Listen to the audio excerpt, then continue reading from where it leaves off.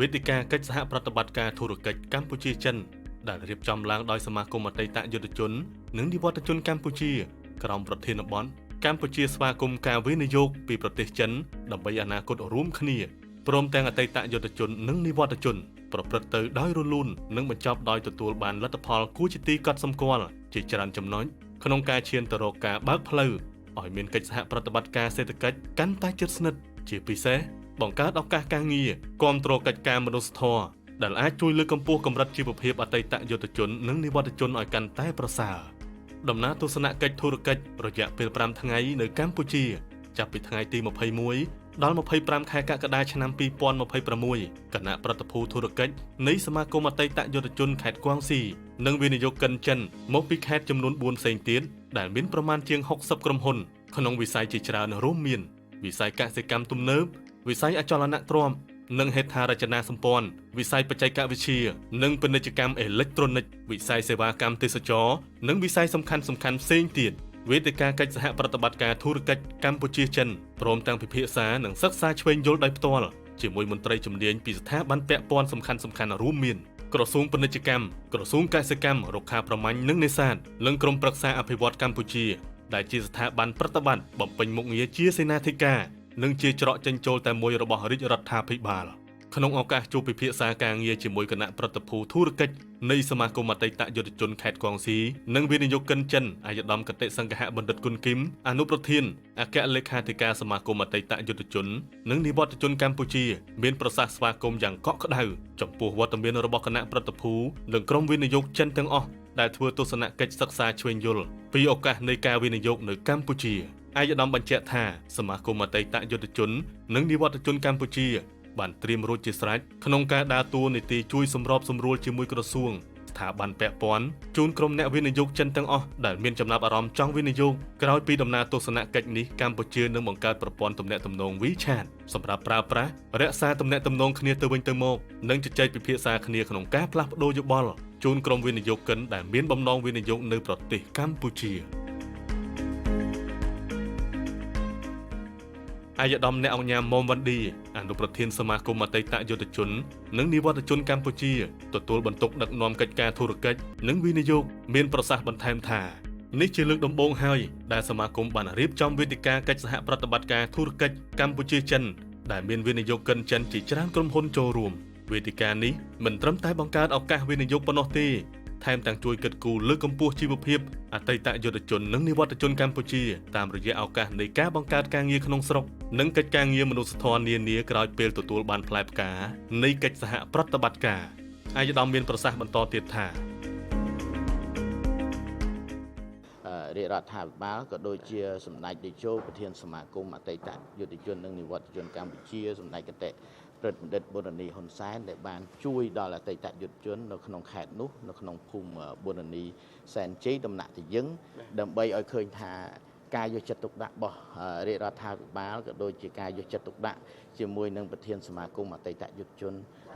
កម្ពុជាគឺសម្ដេចតេជោលោកតែងតែគិតគូរជាប្រចាំឬក៏ជានិច្ចរហូតគឺមិនអាចបោះបង់អតីតយុទ្ធជនណាមួយចោលឡើយបាទក្តីរំពឹងរបស់ខ្ញុំគិតថា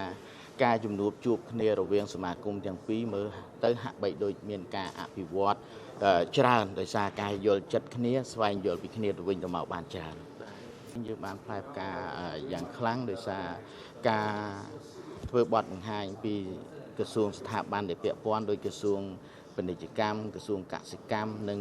ខាង CDC របស់យើងគឺបានជំរាបប្រាប់ពួកគាត់ទៅគាត់ក៏ស្វែងយល់ពីបញ្ហាការវិនិយោគក៏ដូចជាការគិតគូរនឹងមកដាក់វិនិយោគទុននៅស្រុកខ្មែរយើងនឹងមានការចំណាប់អារម្មណ៍ច្រើនក៏ប៉ុន្តែគាត់នៅស្វែងយល់ថាតើចាំបាច់នៅប្រជាណាចក្រកម្ពុជារបស់យើងគឺតម្រូវការអ្វីតើទីផ្សារទាំងនោះអាចនឹងដើរដែរឬអត់បាទលោកហ្គូរ៉ុងអនុប្រធានសមាគមអតីតយុទ្ធជនខេត្តគួងស៊ីបញ្ជាក់ថាដំណើរទស្សនកិច្ចនេះពិតជាទទួលបានលទ្ធផលជាវិជ្ជមានជាច្រើនសម្រាប់កិច្ចសហប្រតិបត្តិការវិនិយោគលោកបានមើលឃើញស្ថានភាពនយោបាយនិងសេដ្ឋកិច្ចកម្ពុជាបច្ចុប្បន្នមិនមែនជាបញ្ហាចោទសម្រាប់ការវិនិយោគឡើយពីព្រោះលោកក៏សម្គាល់ឃើញថា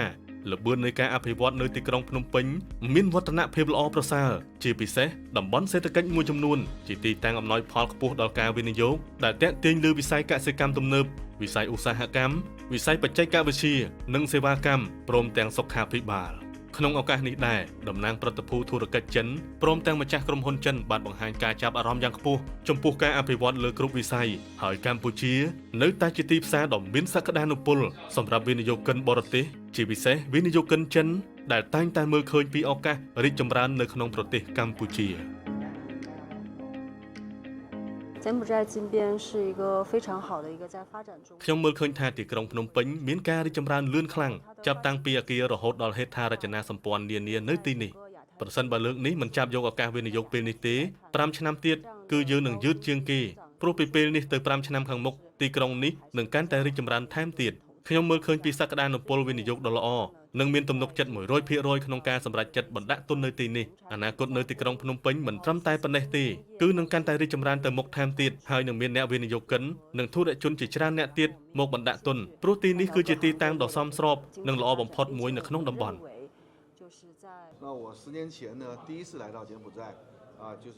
កាលពី10ឆ្នាំមុនខ្ញុំបានមកកម្ពុជាដើម្បីសិក្សាស្រាវជ្រាវហើយបានមើលឃើញថាកម្ពុជាមានសក្តានុពលខ្លាំងលើវិស័យកសិកម្មក៏ប៉ុន្តែការនាំចេញនៅមានកម្រិតនៅឡើយដូច្នេះហើយទើបខ្ញុំមានគំនិតក្នុងការជួយជំរុញការនាំចេញនិងនាំចូលបន្ទាប់ពី10ឆ្នាំកន្លងផុតទៅនៅពេលត្រឡប់មកទីក្រុងភ្នំពេញខ្ញុំមើលឃើញការផ្លាស់ប្ដូរយ៉ាងច្រើនទីក្រុងភ្នំពេញនិងប្រទេសកម្ពុជាកំពុងអភិវឌ្ឍទៅមុខយ៉ាងលឿនដែលធ្វើឲ្យខ្ញុំមានទំនុកចិត្តកាន់តែខ្លាំងក្នុងការបណ្ដាក់ទុនវិនិយោគនៅទីនេះហេតុផលសំខាន់ៗដែលធ្វើឲ្យខ្ញុំជឿជាក់លើការវិនិយោគនៅកម្ពុជាគឺ1នយោបាយបើកចំហនិងរវៈរវៃចំពោះអ្នកវិនិយោគបរទេស2គឺតម្រូវការទីផ្សារខ្ពស់និងកិច្ចសហប្រតិបត្តិការប្រកបដោយភាពរលូន3គឺមិត្តភាពរឹងមាំនិងយូរអង្វែងរវាងប្រជាជនកម្ពុជានិងចិនដែលបង្កើតបានជាគ្រឹះយ៉ាងរឹងមាំនិងផ្ដល់ទំនុកចិត្តខ្ពស់ដល់អ្នកវិនិយោគ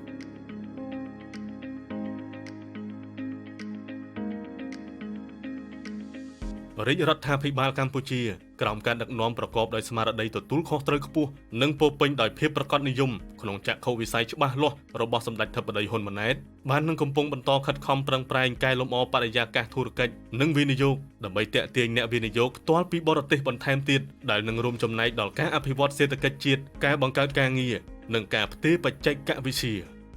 សម្ដេចគតិសង្ឃៈបណ្ឌិតម៉ែនសំអនឧត្តមប្រឹក្សាផ្ទាល់ព្រះមហាក្សត្រនិងជាអនុប្រធានសមាគមអតីតយុទ្ធជននិងនិវត្តជនកម្ពុជាតំណាងដ៏ខ្ពង់ខ្ពស់សម្ដេចអគ្គមហាសេនាបតីតេជោហ៊ុនសែនប្រធានព្រឹទ្ធសភានិងជាប្រធានសមាគមមានប្រសាសន៍ថាទំនាក់ទំនងមិត្តភាពកម្ពុជាចិនមានប្រវត្តិសាស្ត្រដ៏យូរលង់ដែលត្រូវបានពូនជ្រុំដោយអតីតថ្នាក់ដឹកនាំនៃប្រទេសទាំងពីររួមមានព្រះករុណាព្រះបាទសម្ដេចព្រះនរោត្តមសីហនុព្រះបរមកោដ្ឋនិងលោកប្រធានម៉ៅសេតុងហើយត្រូវបានបន្តថែរក្សានិងពង្រឹងរហូតឈានដល់កិច្ចសហប្រតិបត្តិការត្បូងពេជ្រនិងសហគមន៍វាសនារួមកម្ពុជាចិនក្នុងយុគសម័យថ្មីសម្ដេចបានមានប្រសាសន៍បន្ថែមថាក្រោមការដឹកនាំផ្ទាល់របស់សម្ដេចតេជោហ៊ុនសែនសមាគមអតីតយុទ្ធជនតែងតែយកចិត្តទុកដាក់ខ្ពស់លើការលើកកម្ពស់ជីវភាពរស់នៅរបស់អតីតយុទ្ធជននិងគ្រួសារដោយបច្ចុប្បន្នរាជរដ្ឋាភិបាលក៏បាននឹងកំពុងបន្តសាងសង់ផ្ទះជូនគ្រួសារអតីតយុទ្ធជនពលីពិការនិងប្រជាពលរដ្ឋជាជនភៀសសិទ្ធិជាមួយគ្នានេះក្រោមការដឹកនាំរបស់សម្ដេចធិបតីហ៊ុនម៉ាណែតកម្ពុជាមានសុខសន្តិភាពនិងស្ថិរភាពនយោបាយល្អប្រសើរព្រមទាំងបានអនុវត្តច្បាប់ស្តីពីការវិនិយោគថ្មីដែលផ្ដល់នូវការលើកទឹកចិត្តនិងសម្រួលដល់វិនិយោគិនបរទេសយ៉ាងមានប្រសិទ្ធភាពសម្ដេចបានផ្ដល់អនុសាសន៍សំខាន់ចំនួន4ចំណុចជូនដល់វិនិយោគិនចិនដែលមកទស្សនកិច្ចនៅកម្ពុជាទាំងអស់នៅពេលទទួលបានសិទ្ធិវិនិយោគនៅកម្ពុជាហើយសូមចូលរួមគោរពនិងអនុវត្តតាមច្បាប់កម្ពុជាត្រូវសហការជិតស្និទ្ធជាមួយបណ្ដាក្រសួងស្ថាប័ននិងដៃគូក្នុងស្រុកដើម្បីឲ្យដំណើរការគម្រោងប្រព្រឹត្តទៅបានលឿននិងរលូនការវិនិយោគត្រូវមានស្មារតីទទួលខុសត្រូវគិតគូរដល់បរិស្ថានសង្គមនិងបណ្ដុះបណ្ដាលជំនាញដល់កម្លាំងពលកម្មក្នុងស្រុកនិងយកចិត្តទុកដាក់ដល់អតីតយុទ្ធជននិងនិវត្តជនតាមរយៈការបង្កើតឱកាសការងារនិងការគាំទ្រមនុស្សធម៌ដើម្បីលើកកម្ពស់កម្រិតជីវភាពរបស់ពួកគាត់កាន់តែប្រសើរជារួមមកតាមរយៈកិច្ចសហប្រតិបត្តិការប្រកបដោយបរិបទនិងឈ្នះនេះត្រូវបានរំពឹងថារលកនៃការវិនិយោគថ្មីពីខេត្តកងស៊ីនឹងរួមចំណែកយ៉ាងសំខាន់ក្នុងការបង្កើតឱកាសការងារបង្កើនប្រាក់ចំណូលនិងជំរុញការអភិវឌ្ឍសេដ្ឋកិច្ចកម្ពុជាជីវភាពអតីតយុទ្ធជននិងនិវត្តជនទាំងអស់នៅកម្ពុជាឲ្យកាន់តែរីកចម្រើនប្រកបដោយចីរភាព